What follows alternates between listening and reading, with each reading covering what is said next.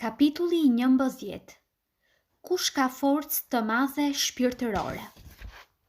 Forca shpirtërore. Pasuria shpirtërore është ndërgjegjësim i bollëkut. Ateisti Aziz Nesin ka ndriçuar shumë njerëz me librat e tij. Ka arsimuar shumë fëmijë dhe ua ka mundësuar të qëndrojnë në këmbët e tyre. Nesini, që thoshte se sikur se cili njeri t'i mblidhte 7 kokrat e orizit që i teprojnë në pjatë, në botë nuk do t'kishte njerëz që vuajnë nga uria, dhe që njihej si njeri që shpenzonte me maturi gjithë pasurinë që kishte, ja kishte dhuruar shoqatës së themeluar nga vetë ai dhe vazhdon të jetë i dobishëm për fëmijët e braktisur edhe pas vdekjes. Një profesor teologjie me diturinë e tij të thellë mbi fenë, duke thënë se është mëkat, pengoi një familje e cila më parë kishte përfituar vetë nga dhurimi i organeve që të dhuronin organin e nipit të tyre të vdekur për të shpëtuar jetën e 5 personave. Të sëmurët që pritnin organet u kthyen nëpër shtëpitë e tyre duke qarë.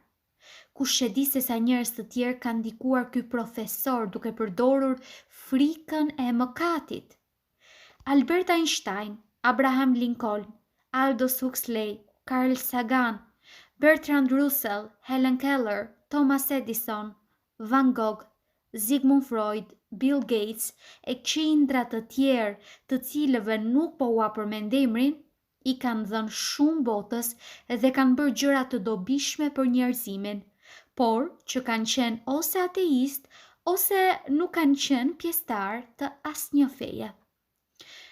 Nëse feja është një sistem besimi që i jep forcë njeriut për t'u bërë më i mirë për veten e tij dhe për të tjerët, atëherë nuk ka problem. Por, nëse feja kthehet në një mjet për të mbuluar pislëqet, për të mashtruar njerëzit ose për ta parë veten më lart se të tjerët që nuk janë besimtar, atëherë mund të bëhet e rrezikshme. Po të fillonim të përmendnim se çfarë bëjnë ata politikan, udhëheqës shpirtëror, imam, priftërinj, hamam që e heqin veten sikur janë besimtar, e të tjerë që pretendojnë se vrasin në emër të Zotit, nuk do t'na mjaftonin dot faqet. Kujt i kanë sjell dobi njerëz të tillë? Po dëm, kujt? Fetë qiellore janë në jetën e njerëzimit që prej 3000 vjetësh. Po mëkatarët që kanë jetuar para 3000 vjetësh në cilin ferr shkonin? Vetë universi është ndërgjegjja e dashurisë, e cila është ndërgjegjja e mendimit dhe ndjenjës pa kufi. Sa më shumë t'i afrohemi këtij ndërgjegjësimi, aq më shumë arrim ta kuptojmë çfarë është forca shpirtërore dhe e jetojmë atë. Këtë ndërgjegjësim shumica e njerëzve e prekin vetëm momentalisht. Këto momente quhen kulmi i përjetimit ose gjendje ekstaze. Këto momente të veçanta kapërcimi ose transcendence janë momentet e reklamës së dijes kozmike. Janë momente shijimi të dijes universale. Është mrekullia e të ndjerit njësh me gjithçka. Njerëzit që e përjetojnë shpesh këtë moment i quajmë të arritur. Çdo gjë është pjesë e bashkësisë. Të gjithë jemi pjesët e të njëjtës bashkësi. Ai që merr në të vërtet, merr nga vetja. Ai që jep në të vërtet, jep vetes. Ja pra, forca e vërtet shpirtërore është të arrish të kuptosh këtë të vërtet. Të mos dish me fjalë, por në thelb. Njerëzit me shpirt të pasur nuk kanë bindje dogmatike. E dinë që forca shpirtërore rrjedh nga burimi i brendshëm. Njeriu me shpirt të pasur ka mendje kreative, lumturinë, shëndetin, qenien e tij e krijon në përshtatshmëri me këto mendime. Mendimi kreativ është i gjallë dhe elastik. Energjinë e tij nuk e zë vendi dhe është në ndryshim të vazhdueshëm, ndërsa bindja është mendim i vdekur dhe i ngurtë. Për arsye se nuk ka energji që ndron e pandryshuar edhe po të kalojnë shekuj. Mendimi kreativ është origjinal, formohet në mendjen e personit. Bindja është mendim i kopjuar, është marrja e gatshme e mendimeve të formuara në mendjen e dikujt tjetër. Njeriu që mendon me kreativitet është njeri që mendon vetë, ndërsa njeriu me bindje është njeri që mendojnë të tjerët për të. Njeriu që mendon me kreativitet i miraton mendimet e veta, nëse më vonë e vëre se janë gabim, e përdor këtë për të përmirësuar mendimet e tij. Ndërsa njeriu me bindje i pranon mendimet e të tjerëve pa i hetuar fare. Këta të tjerë mund të jenë persona që i konsideron më lartë se vetja, ose ndërgjegja e bashkësisë që krijon ndërgjegjen e kopesë. Ka një dallim mes besimit në vetvete dhe ecjes përpara sipas të vërtetave të veta dhe jetesës sipas bindjeve të marra hua, tabuve dhe zakoneve që nuk përshtaten me jetën. Dallimi kryesor mes bindjes dhe besimit në vetvete qëndron tek këto. A i bën njeriu kreativ apo jo? A i çliron atë apo jo? A është njeriu i përshtatshëm me natyrën e tij apo jo? Njeriu që mendon me kreativitet jeton sipas të vërtetave dhe vlerave etike të veta. Njeriu me bindje përpiqet të jetojë sipas vlerave etike të shoqërisë. Por, për arsye se shumica e këtyre vlerave janë në kundërshtim edhe me thelbin e njeriut edhe me natyrën, shpesh veprimet e tyre nuk përshtaten me bindjet që thonë se këto i kanë. Për këtë arsye bën një jetë për hipokriti. Ato që janë të përshtatshme me natyrën e njeriut janë mendimet kreative. Njeriu me shpirt të pasur nuk është sipërfaqësor, është i thjeshtë. Sipërfaqja dhe egzagjerimi kanë si qëllim të fshehin ndjenjën e mosvlerësimit të vetes. Njeriu me shpirt të pasur nuk ecën sipas bindjeve të turmës, por mendon si një person i vetëm. Mendon ndryshe. Në fillim i hulumton mendimet që i imponohen, gjërat që dëgjon e që lexon dhe është i hapur ndaj mendimit kritik. Nëse janë të tjerët ata që na thonë si të mendojmë, atëherë nuk e mësojmë dot se si mendohet. Njerëzit që nuk dinë si të mendojnë, shkojnë të kërkojnë ndihmë nga persona që kanë mendime për të dhënë hua. Dija kozmike e përhap gjithmonë dritën e saj. Kjo dritë është burimi i të gjitha mendimeve të menduara e të atyre që nuk janë menduar akoma deri sot. Drita shfaqet si dije në mendje e si dashuri në zemër. Mjeti për të arritur dritën janë mendimet tona. Mjeti për të ndier dashurinë janë ndjenjat tona. Nëse mendja jonë është mbushur plot e përplot me bindje dogmatike, atëherë drita që mbërrin tek ne, pa arritur të futet dot brenda, pasqyrohet e kthehet sërish në univers. Njeriu i burgosur në burgun e bindjeve kritikën ndaj mendimeve të tij e percepton si një sulm personal, sepse nuk ka një personalitet të formuar përtej bindjeve dhe personifikohet me bindjet e tij. Mendon se bindjet janë personaliteti i tij. Bindjet në vend se ta çlirojnë e kanë burgosur. Këndvështrimin e ka të ngushtë dhe mendimet konservatore. Ndryshimi dhe hetimi i mendimeve përbëjnë rrezik për të, sepse dëshiron që çdo gjë të mbetet gjithmonë e njëjtë.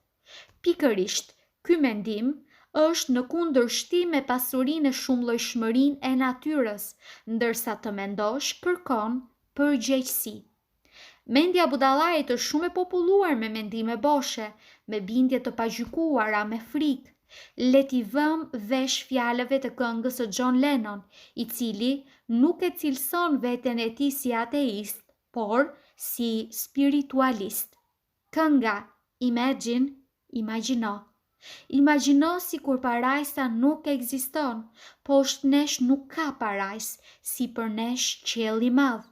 Imagjino si kur të gjithë njerëzit jetojnë të sotmen. Imagjino si kur nuk ka asgjë për të cilën ja vlen të vrasësh ose të vritesh. Imagjino si kur nuk ka fe. Kënga God Zoti. Nuk i besoj magjis, nuk i besoj ungjillit, nuk i besoj fallit, nuk i besoj Hitlerit, nuk i besoj Jezusit.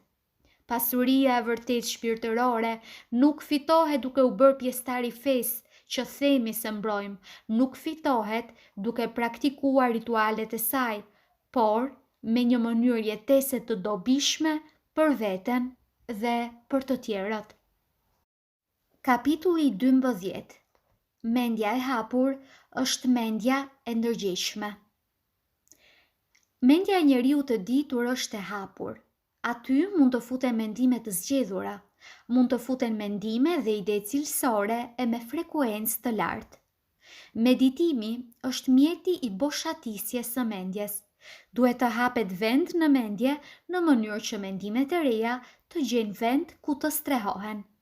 Kemi ardhur në këtë botë për të jetuar mes bollëkut, për të qenë të lumtur, për t'i paraqitur botës dhuratën tonë. Stërmundimi thjesht për të vazhduar jetën është një lloj ekzistence që nuk përshtatet fare me madhështinë e natyrës sonë. Nëse jetojmë në përshtatshmëri me ligjet universale, atëherë bollëku do të vijë natyrshëm, ashtu si shiu që bie dhe begaton tokën duke e vaditur. Secili prej nesh ka një qëllim jete që e kemi sjell me vete që në lindje. Kur bëjmë veprime të përshtatshme me qëllimin e jetës sonë, na shtohen energjitë, jepemi pas aktiviteteve tona me pasion, dëshirë dhe përkushtim. Kjo do të thotë ti përkushtohemi qëllimit ton. Kuptohet se një energji e tillë të nxjerr në pa një performancë të jashtëzakonshme të mendjes. Forca kreative rritet. Ky qëllim është gjithmonë një arsye më e madhe se vetë njeriu. Një vizion që të kujton madhështinë tënde është një hap i madh. Çdo njeri kërkon qëllimin e jetës së tij. Kjo e bën jetën të ketë kuptim, një jetë me qëllim dhe me kuptim.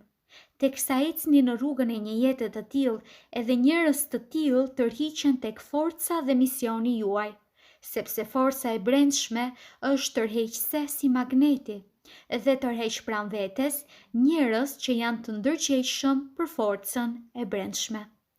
Për të qenë të saktë, edhe forca e jashtme është tërheqëse, madje tërheq shumicën e njerëzve, por njerëzit që tërhiqen prej saj janë njerëz të pafuqishëm.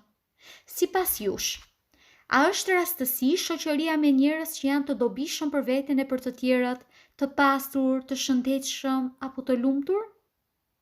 Viktima tërheq viktimën, i forti të fortin, i pasuri të pasurin, i shëndetshmi të shëndetshmin, lumturia lumturin, e kështu me radhë. Hidhini një sy lumturisë, forcës, shëndetit, pasurisë e njerëzve që ju gjenden pranë. Tani, shihni veten tuaj. Do ta vini re se të gjithë jeni pothuajse në të njëjtën kategori. E ngjashmja tërheq të ngjashmen. Ky është ligji i universit. Nuk ka asgjë për t'u çuditur. Shumica e njerëzve kërkojnë të bëhen pasanik shpejt e shpejt dhe pa mundim, ndërsa njeriu me ndërgjegjen e bollëkut i jep më shumë rëndësi periudhës përgatitore. Të fitosh urtësi do të thotë të dish të nxjerrësh mësime, jo vetëm nga gabimet e tua, por edhe nga ato të tjerëve. Jeta është shumë e shkurtër për të fituar urtësi vetëm nga përvojat e tua. Sa më shumë mësime të nxjerrim, aq më pak gabime bëjmë. Njeriu i mençur, gjërat që të tjerët i konsiderojnë si vështirësi, i sheh si mundësi për t'u përmirësuar, e pranon se vështirësitë janë një pjesë e natyrshme e jetës. Ndërsa njeriu i rëndomt, kur përballet po me të njëjtat vështirësi, ankohet duke thënë, pse më ndodhin mua këto? Dhe mendon sikur jeta i ka bërë ndonjë padrejtësi. Vështirësitë dhe gabimet e jetës mendojini sikur të ishin gur, me këto gur mund të bëni një ndërtesë për veten tuaj, edhe sikur të shtypeni nën peshën e gurve. Gabimet janë një pjesë e çmimit që paguajmë për jetën e realizuar që jetojmë. Rruga. Në sportet e vetëmbrojtjes si aikido, judo, taekwondo, ka ripa të ndryshëm. Në të gjitha artet marciale që mbarojnë me do, do ka kuptimin rrugë. Do është filozofia e edukimit, përfshin edukimin e shpirtit. Mjeshtrit e do, gjatë procesit të edukimit, u mësojnë nxënësve të tyre konceptin e ndershmërisë, mirësjelljes, durimit, lumturisë dhe respektit. Zhvillojnë aftësitë e sportistëve dhe u mundësojnë të fitojnë aftësinë e veprimit sipas mendjes së tyre. Kështu, u zhvillohen ndjenjat e besimit në vetvete, vetëpërmbajtjes dhe përqendrimit. Gjatë mësimit të do, praktikohen njëkohësisht edhe zhvillimi i trupit edhe zhvillimi i shpirtit. Të gjitha sportet e lindjes së largët, ngjyrat e rripave, simbolet, zakonet dhe disiplina i marrin nga taoizmi.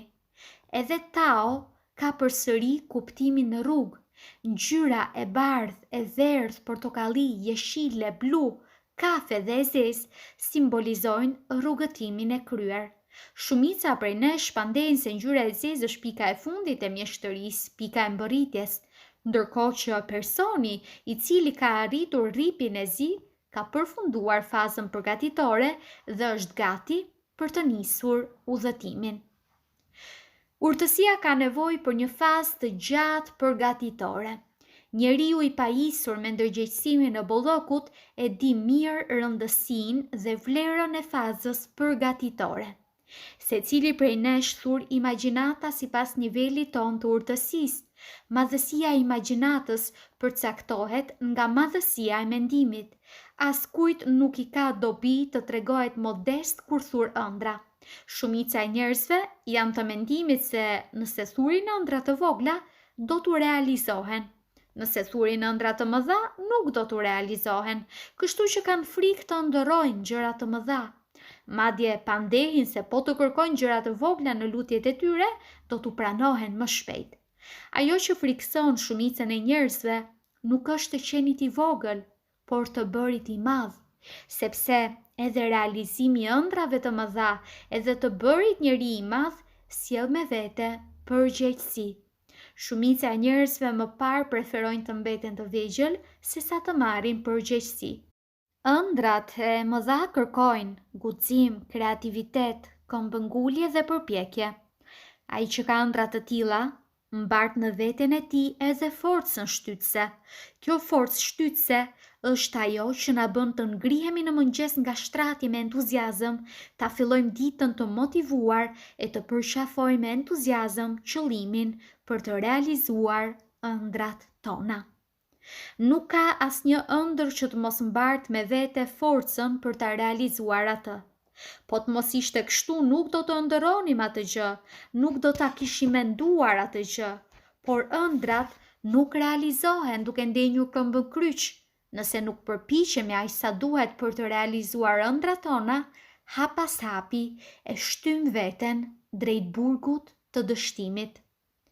Edhe muskujt, edhe mendja jonë zhvillohen duke u vënë në punë.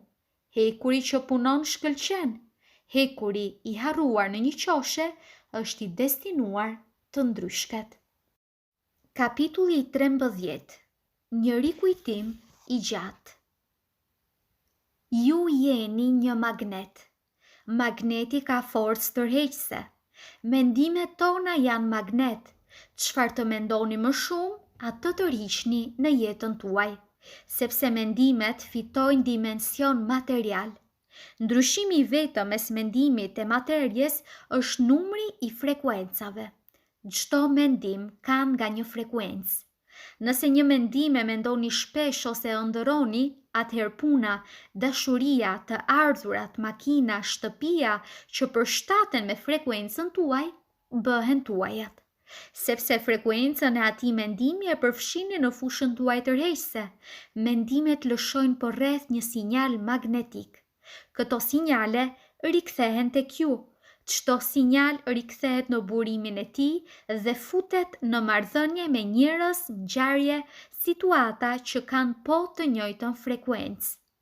Nëse mendoni se jetoni në bollëk, tërhiqni pranë vetes begatin.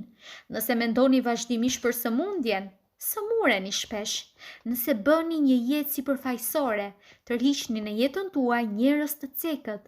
Mendimi pozitiv është shumë më i fuqishëm se mendimi negativ, sepse ka energji më të lartë. Materializimi i mendimeve merr kohë, por më mirë që është kështu. Në përmendjen tonë kalojnë mendime të tilla që për një moment nuk do të dëshironim të realizoheshin kurrë. Çfarë nuk mendojmë e çfarë nuk themi kur ne vrikosemi me fëmijët tanë, padyshim që nuk duam që këta të realizohen.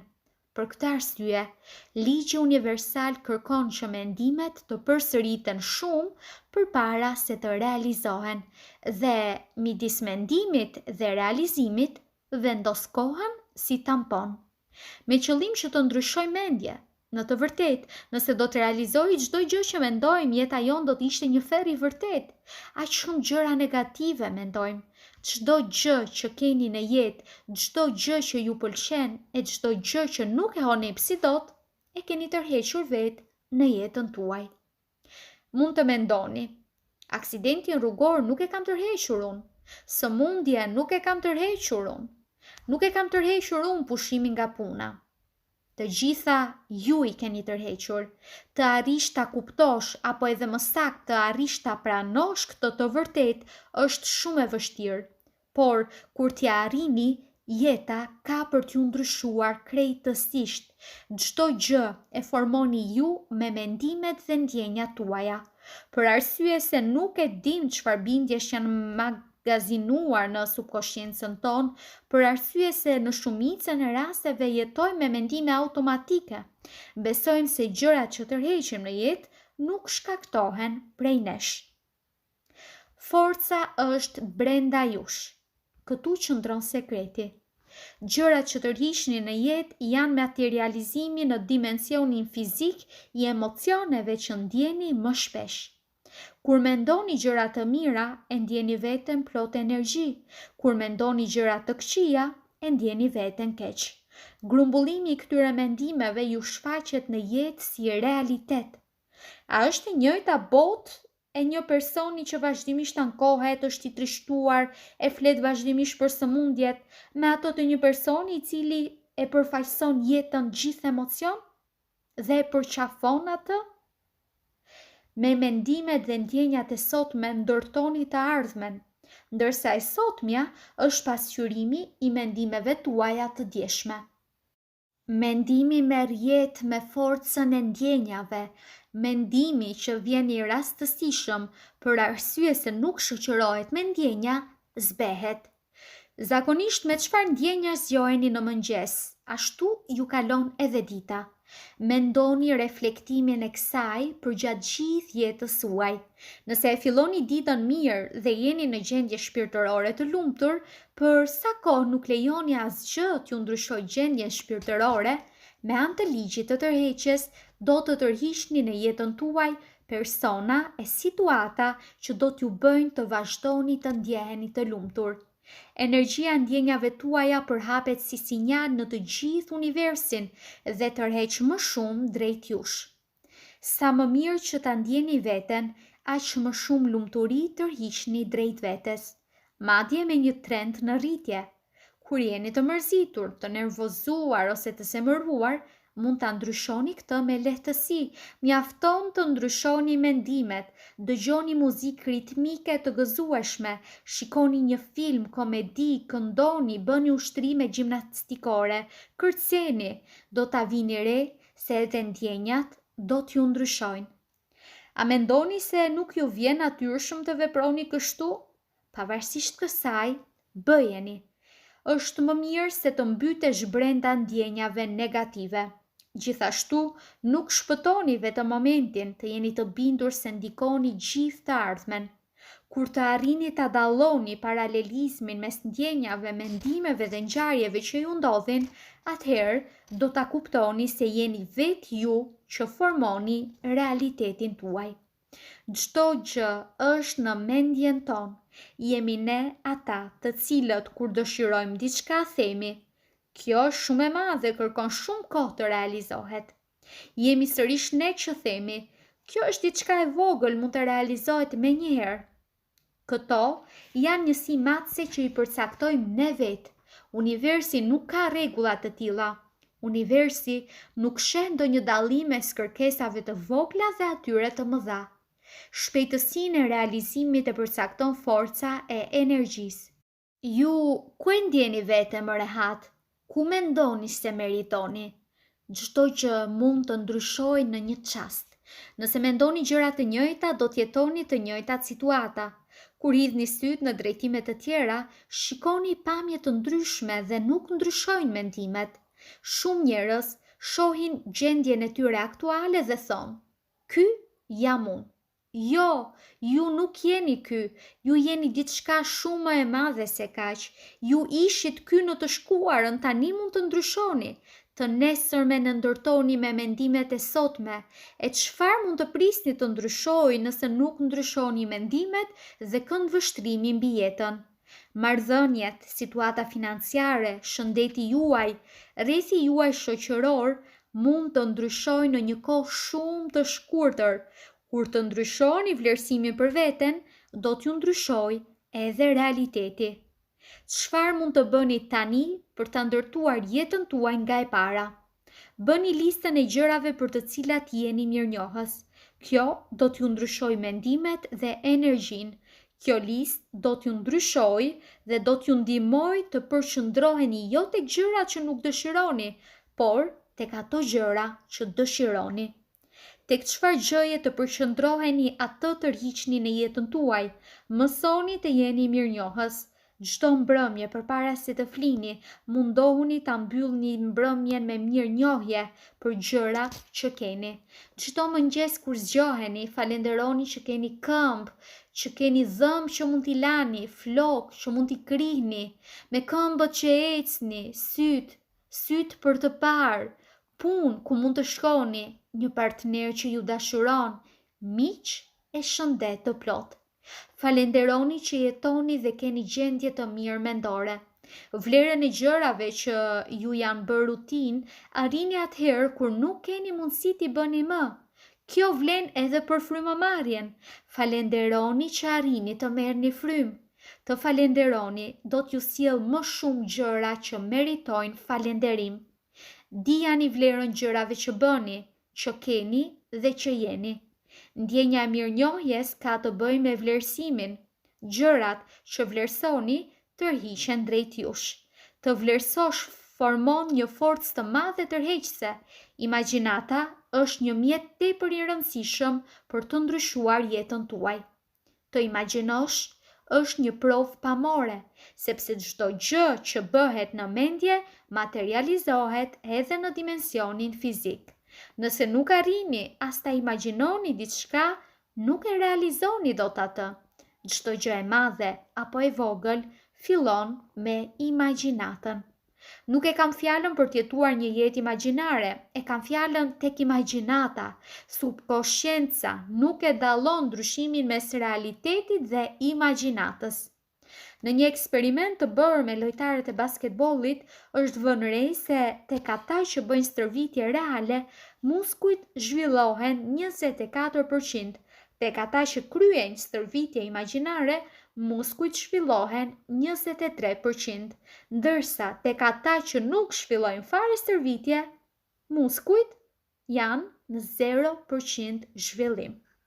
Shumë interesante, apo jo? Sportistëve u zhvillohen muskujt teksa bëjnë stërvitje imagjinare. Forca e mrekullueshme e mendimit dhe imagjinatës. Mbyllni sytë dhe imagjinoni sikur po hani limon. Gjëndrat e përshtymës menjëherë do të fillojnë të lëshojnë sekrecione. Çfarë imagjinoni në lidhje me paratë? Të paguani borxhet? Të keni të ardhurat që dëshironi? Cilat janë bindjet tuaja në lidhje me paran? Paraja fitohet me vështirësi. Mendoni se paraja sjell me vete të këqija apo mendoni se ju e keni të lehtë të fitoni para? Çfarëdo që dëshironi në fillim vendoseni si qëllim, më pas imagjinojeni. Sa shpesh duhet e imagjinoni? Sa shpesh hani ushqim? Çdo të thotë duaje veten. Këtë fjalë e dëgjoni shpesh dhe e lexoni shpesh nëpër librat e zhvillimit personal.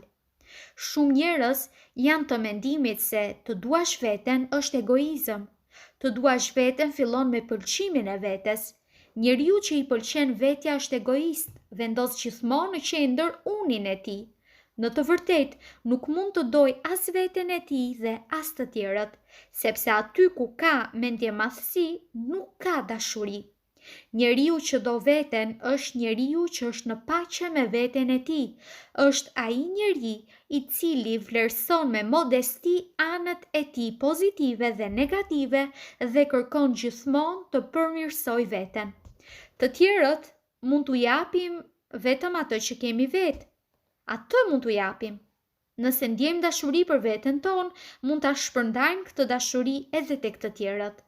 Njeriu i cili do veten e tij është një njeri i cili nuk arrin të nxjerrë në pa vetëm të mirën brenda tij, por edhe të mirën brenda njerëzve të tjerë.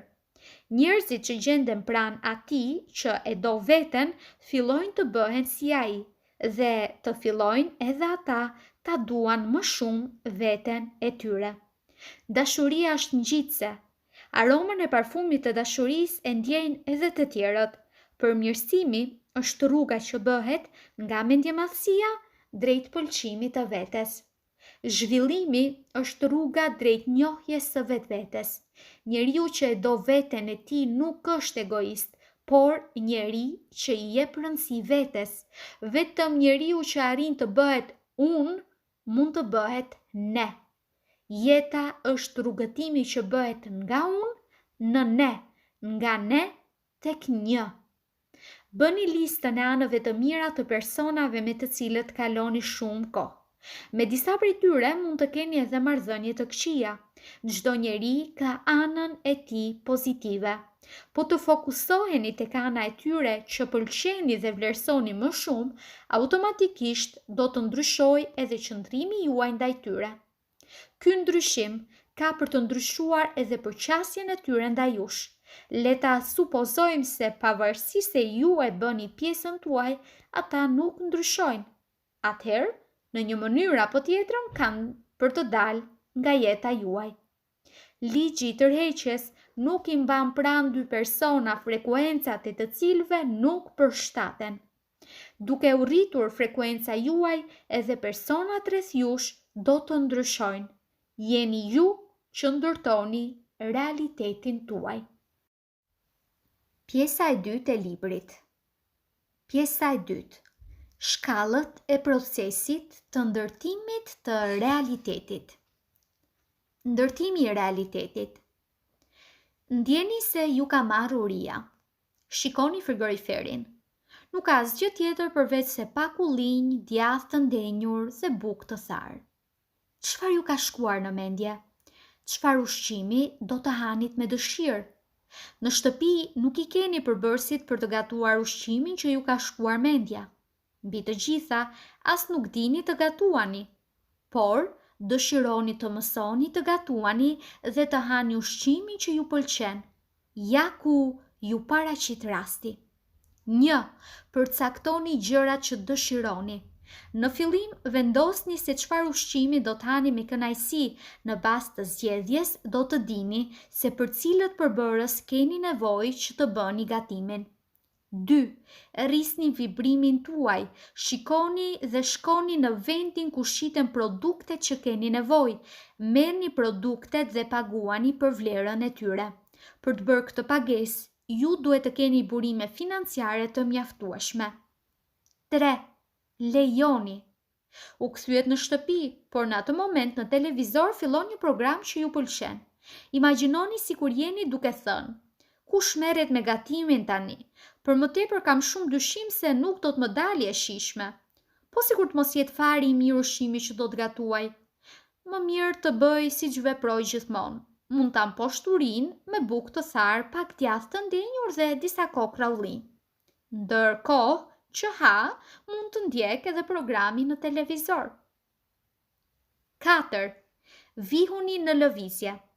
Duke vepruar kështu, duke mos tentuar të gatuani edhe mbeteni pa mësuar një aftësi të re dhe në vend që të hani ushqimin e preferuar, mbeteni të detyruar të ngopni barkun me atë që keni.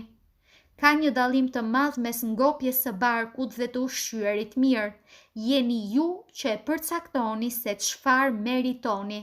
Tani, le të shohim hap pas hapi se si do t'i ngjisim këto shkallë në jetën tonë. Kapitulli 14. Përcaktoni gjërat që dëshironi. Kujdes! Jeni duke i paraqitur kërkesën tuaj dijes kozmike. Është e rëndësishme ta dini qartë çfarë dëshironi. Në të kundërtën, mund të përballeni me gjëra që nuk ju pëlqejnë. Universi njeh frekuencën e mendimit dhe të ndjenjave. Çfarë dëshironi me të vërtetë? 1. Ndajini vetes kohë në një vend të qetë dhe shënoni 10 gjëra që do të dëshironi të ishit e të kishit në këtë moment, pa i gjykuar veten, pa thënë se kjo është e pamundur. Shkruani çfarë t'ju vijë në mendje. 2. Tani caktoni përparësitë. Krahasoni të parën me të dytën. Atë që zgjodhët krahasojeni me të tretën. Vazhdoni renditjen derisa të arrini tek e fundit. Me anë të këtyre krahasimeve përcaktoni përparësitë. Mos e lini krahasimin në gjysmë duke thënë: po kjo është më e mira, por vazhdoni deri tek e fundit. Përcaktoni pasionin tuaj pa i llogaritur fare mendimet e të tjerëve. 3. Përparësia juaj do të jetë ajo gjë që ju bën të lumtur. Tani, filloni të bëni planet se si do ta realizoni këtë. Por, në radhë të parë, kthejeni zgjedhjen tuaj në konfirmim. Konfirmimi është një deklarim pozitiv i diçkaje që tashmë është realizuar dhe ja ka arritur qëllimit të saj. Çfarë mund të bëni nëse nuk jeni të bindur për atë që doni? Hapi i parë, ligji i tërheqjes, është të dish se çfarë do. Nëse nuk e dini se çfarë doni, të paktën jeni të sigurt për gjërat që nuk dëshironi apo jo. E kundërta e atyre që nuk dëshirojmë janë ajo që duam. Gjërat që nuk na pëlqejnë formojnë ndjenja negative tek ne, ndërsa e kundërta e këtyre, në mënyrë të natyrshme, ka për të formuar ndjenja pozitive. Atëherë, në fillim mendoni çfarë nuk doni. Përcaktoni cilat janë ato gjëra që nuk i pëlqeni. Koha e përcaktimit të tyre varet nga ju. Dikush arrin t'i kuptoj gjërat që nuk pëlqen në një marrëdhënie pas shumë vitesh, dikush tjetër që në takimin e parë. Për shembull, nëse nuk jeni të lumtur nga puna juaj për arsye se nuk ju japin mundësi të merrni iniciativa, atëherë ajo që do t'ju kënaqë është një punë e re ku do të keni mundësi të merrni iniciativa. Nëse jeni ndarë nga i dashuri i mëparshëm për arsye se nuk ju dëgjonte dhe mundohej t'ju kontrollonte, atëherë ajo që dëshironi është një partner që është fleksibël dhe ju dëgjon. Të përcaktoni gjërat që nuk ju pëlqejnë do t'ju ndihmojë të zbuloni gjërat që dëshironi. Teksa jeni duke menduar gjërat që nuk ju pëlqejnë, kujdesuni që të përfshini ndjenjat tuaja. Këto ushtrime jeni duke i bërë vetëm për të zbuluar gjërat që dëshironi. Për të bërë këto ushtrime, ndajeni një fletë në 2 pjesë. Në njërën anë të fletës shkruani gjërat që nuk ju pëlqejnë, ndërsa në anën tjetër të kundërtat e tyre. Për shembull, nëse dëshironi të përcaktoni se çfarë marrëdhënie ju pëlqen, në pjesën e gjërave që nuk ju pëlqejnë të listës, rendisni njëra poshtë tjetrës veçoritë që nuk ju kanë pëlqyer tek ish-burri apo i dashuri. Listën mund ta zgjasni sa të dëshironi. Në kolonën përballë, renditni gjërat e kundërta. Për shembull, marrëdhënia ideale, gjërat që nuk më pëlqejnë. Kontrollues, nuk më dëgjon, dorë shtrënguar, i pashoqërueshëm, nuk i pëlqen të udhëtoj, nuk e mban fjalën. Kolona tjetër, gjërat që dëshiroj. Fleksibël, më dëgjon dhe konsultohet me mua, është bujar, i shoqërueshëm, merr kënaqësi nga udhëtimet, është i besueshëm. Puna ideale. Për shembull, nëse nuk jeni të kënaqur me punën që keni dhe dëshironi të ndryshoni punë, çfarë gjërash nuk ju pëlqejnë nga puna aktuale? Çfarë do të dëshironit të kishit në punën tuaj të re? Edhe në këtë rast mund të bëni një listë për veten tuaj. Listën mund ta zgjasni sa të doni. Për shembull, gjërat që nuk më pëlqejnë. Nuk më japin iniciativë, orari është shumë strikt, kam pak të ulët, zyren e kam larg nga shtëpia, nuk përdor dot kreativitetin tim. Nga ana tjetër, gjërat që dëshiroj. Kam autoritet dhe përgjegjësi, orari është elastik, paguhem aq sa meritoj, zyren e kam afër shtëpisë, kreativiteti im vlerësohet. Kur bëni njërën nga gjërat e listës që ju pëlqejnë, në moment vini vizë gjës përballë saj që nuk ju pëlqen. Kjo vizë ka një simbolik të rëndësishme. Po, tashmë e dini se çfarë doni. Tani i ka ardhur radha t'i ktheni këto fjali në konfirmime. Rregullat e bërjes konfirmime efektive. Unë është një fjalë shumë e fuqishme. Çdo gjë që shtoni pas fjalës unë perceptohet si urdhër nga subkonscienca juaj. Fjalitë tuaja të konfirmimit duhet ta përfshin fjalën unë, qoftë në mënyrë të dukshme apo të fshehtë. Unë jam me fat ose jam me fat. 2. Qëllimi i konfirmimit është të ndërtoj imagjinat. Imagjinata është më e fuqishme se mendimi. Për këtë është e nevojshme të bëhen deklarime pozitive. Mbyllni sytë dhe përpiquni të mendoni fjalitë e mëposhtme. Mendo sikur në gojën e maces nuk ka një mi. Mos mendo një elefant me pulla. Tani mos e mendo veten duke pirë një pije me çadër buzdetit blu në një ishull tropikal. Do ta kuptoni se diçka e tillë nuk është e mundur, sepse mendja juaj nuk i percepton fjalët negative, i percepton ato si pozitive. Kur i thoni fëmijës tuaj mos bëj gabime, në të vërtetë e keni urdhëruar atë që të bëj gabime. Mendja nuk i percepton shprehjet dhe fjalët negative. Shpesh në rrugë rastisim tabela ku shkruhet: mos ecni me shpejtësi, mos bëni aksidente, mos i digjni pyjet. Këto janë tërheqje vëmendjeje të shkruara me qëllim të mirë, por pa njohurinë e duhur japin rezultat krejtësisht të kundërt. Subkonscienca percepton vetëm fjalët ecni, bëni dhe digjni. Në varësi të kërkesave tuaja përdorni kohën e tashme, të ardhme ose të shkuar. Kjo është hapi i tretë. Për shembull, në çdo ambient të ri që ndodhem, formoj shoqëri me lehtësi. Arrita të gjej punën time të ëndrave.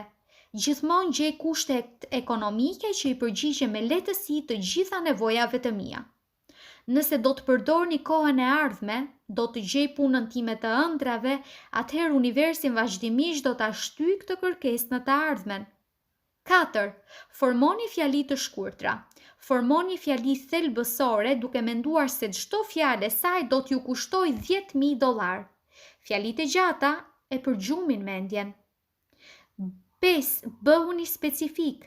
Fjalia unë jam një njeri më i mirë nuk është fare një fjali specifike.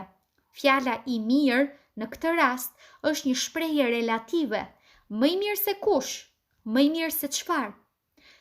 6. Shtoni në fjalitë tuaja fjalë ndjenjash dhe veprimi. Fjalët me ndjesi formojnë ndjenja tek ju, ndërsa fjalët e veprimit ju motivojnë të vijeni në lëvizje. Si për shembull, piktura që i bëra duke fituar kënaqësi, i shita me çmimin që desha. 7. Konfirmimet i bëni personale. Nuk bëhet fjali konfirmuese duke përfshirë edhe dikë tjetër, si për shembull, kaloj kohë të këndshme me Richard Gere. Por, nëse doni një marrëdhënie të shëndetshme, pa përmendur ndonjë emër konkret, mund të thoni: jetoj një marrëdhënie të shëndetshme me personin që dëshiroj, që e dashuroj dhe që më dashuron. Të gjitha fjalit që keni në listë kthejini në formë konfirmimi. Renditini këto fjali në një fletë të pastër në mënyrë që mund t'i mbani me vete në portofol. Gjatë ditës, nxirreni këtë fletë her pas here, lexojeni dhe imagjinoni sikur gjërat që dëshironi ju janë realizuar. Nëse dëshironi, mund t'i prisni këto fjali e t'i vendosni në shtëpi, në vende ku mund t'i shihni shpesh, si për shembull në derën e frigoriferit apo anash pasqyrës. Kur i përsërisni shpesh konfirmimet dhe ushtoni atyre ndjenja, atëherë kthehen në fjali dëshirore. Konfirmimi i pashoqëruar nga ndjenjat është i pavlerë, një lloj si në letër. Ligji i tërheqjes i përgjigjet vetëm energjisë së ndjenjave që fshihen pas fjalëve. Bëni hartën e jetës. Kur të arrini t'i materializoni konfirmimet tuaja në imagjinat, atëherë mund të vini në lëvizje forcën tuaj tërheqëse. Zgjidhni një fletë me ngjyra që ju pëlqen dhe mbi të bëni një kolazh me vizatime që përfaqësojnë dëshirat tuaja. Ky është një ushtrim shumë i këndshëm, në të njëjtën kohë ju mundson të fokusoheni tek dëshirat tuaja. Përditësojini dëshirat që doni të realizoni në jetën tuaj duke prerë nga revistat fotografi që simbolizojnë këto dëshira, duke i ngjitur në një fletë me ngjyra. Vendosini këto në një vend ku mund t'i shihni çdo ditë. Imagjinoni sikur dëshirat ju janë realizuar. Shkruajini fjalitë tuaja konfirmuese në letra të vogla dhe vendosini në vende të caktuara në shtëpi dhe në zyrë. Për shembull, nëse dëshironi të keni një trup të bukur dhe elegant, gjeni një poster me trup të tillë dhe në vend të kokës vendosni fotografinë tuaj. Pastaj, vareni në një vend të dukshëm. Gjeni fotografinë e dikujt që e merrni shembull për karrierën e tij dhe ngjiteni në hartën tuaj të jetës sepse doni që ta ndiqni dhe ju atë shembull. Pjesën rreth e rrotull fotografisë mbusheni me mesazhe pozitive. Qëllimi i të gjithë këtyre është të programoni nga e para subkonsciencën tuaj. Ajo çka pranohet nga subkonscienca, nëse mbështetet me vetëdije, disiplinë dhe përpjekje, realizohet me patjetër.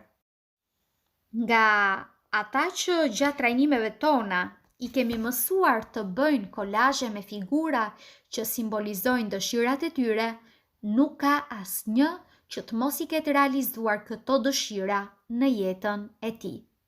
Madje i kanë bërë ëndrat e tyre realitet shumë më shpejt nga sa i kanë menduar.